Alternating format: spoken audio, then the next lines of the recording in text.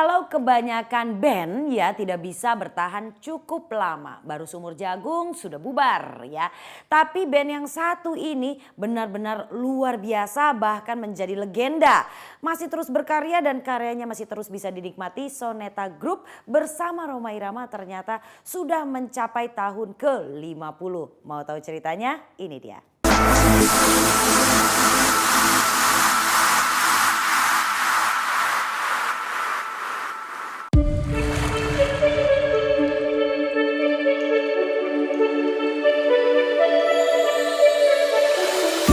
Bahwa Soneta lahir pada 11 Desember tahun 1970.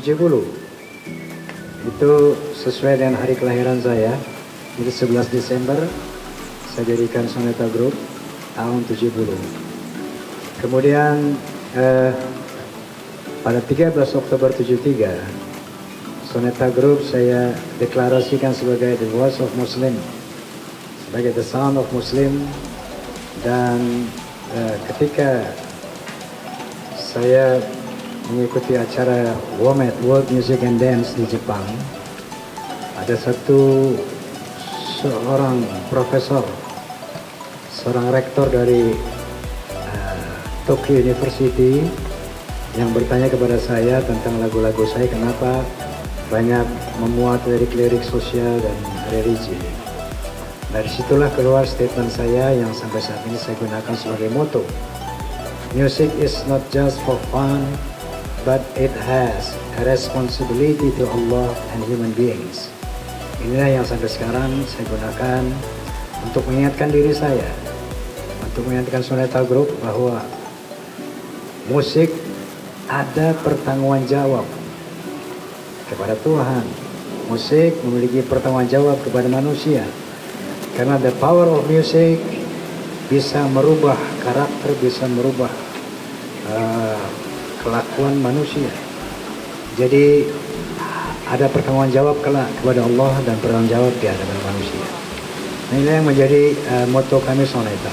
Syukur kepada Allah SWT yang memberikan usia Soneta yang sepanjang ini, dan memang ternyata tidak mudah memanage satu organisasi, padahal cuma sekecil musik, sekecil grup musik, ternyata tidak mudah untuk memanage agar tetap eksis. Kalau jenuh membubarkan Soneta tidak pernah ada. Apapun dinamika Soneta tidak pernah sekalipun terpikir untuk membubarkan Soneta. Bahwa saya pernah resah di dalam bermusik ini, iya, bahwa ketika saya main musik, main film, di sana banyak sekali gangguan-gangguan keimanan kepada Allah SWT, sampai tarikus sholah. Kenapa seniman itu harus meninggalkan sholat? Kenapa seniman itu harus drum, harus mabuk-mabukan? Kenapa seniman itu harus bergaul secara bebas gitu? Nah, ini sempat meresahkan saya. Sehingga ya itulah saya berdoa, ya Allah, seandainya bakat musik ini memperlebar jalanku ke neraka, tolong hentikan. Tapi seandainya bisa membawa kepada keridhaan-Mu, tolong bimbing saya.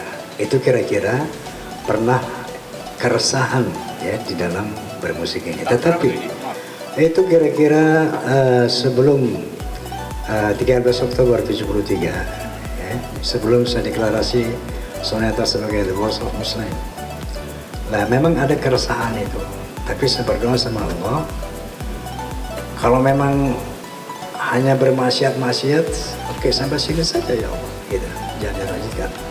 Tapi tidak pernah berpikir bahwa kapan mau bubarin Soneta gitu kan. Itu atau berhenti bermusik. Itu tadi catatannya.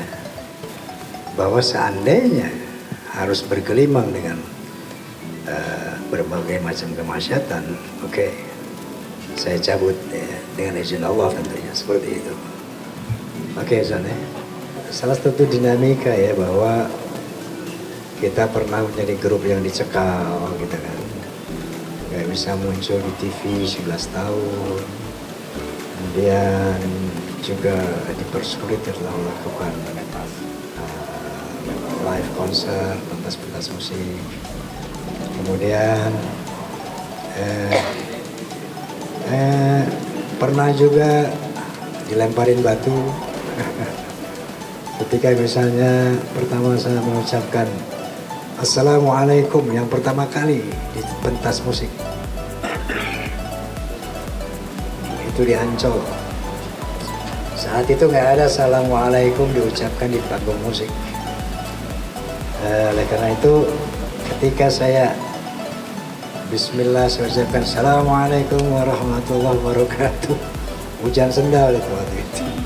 Di Ancol, sendal lumpur naik semua. Keluarlah caci maki segala macam.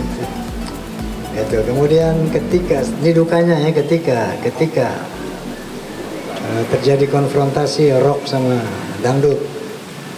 Pernah terjadi hujan batu di Tegalega karena saat itu konfrontasi antara dangdut dan rock itu sampai kepada fisik. Jadi kalau rock main disambitin sama dangduters, dangdut main disambitin sama rockers gitu kan. Pernah sampai di Bandung di Tegalega ini orang puluhan ribu yang nonton. Itu kan kandangnya rock waktu itu. Begitu saya naik panggung itu hujan sebelum naik hujan batu. Sampai akhirnya Bismillah saya naik aja deh. Saya pasang badan. Sampai mereka ini berhenti sendiri. Sampai tempat gitu kan. Oke, saya sudah bisa mulai. Baru gemuruh tuh. Nah, itu peristiwa beberapa dukanya.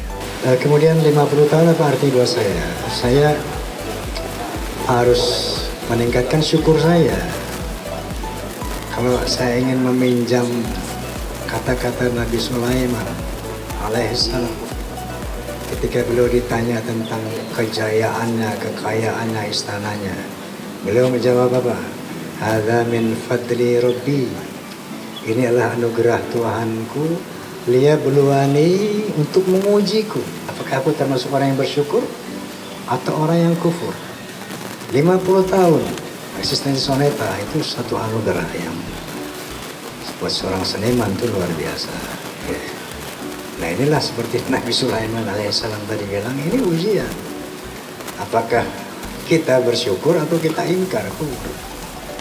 Kalau kita bersyukur, la azidannakum, la in syakartum, la azidannakum. Kalau kamu bersyukur, aku tambah-tambah nikmat itu. Bisa sampai 60 tahun gitu kali kalau bersyukur. Dan selanjutnya. Kira-kira itulah makna 50 tahun bahwa saya sangat-sangat mensyukuri itu karena la haula wala quwata illa billah. Kita nggak bisa apa-apa, kita nggak punya apa-apa tanpa Allah Subhanahu wa taala. Kira-kira begitu.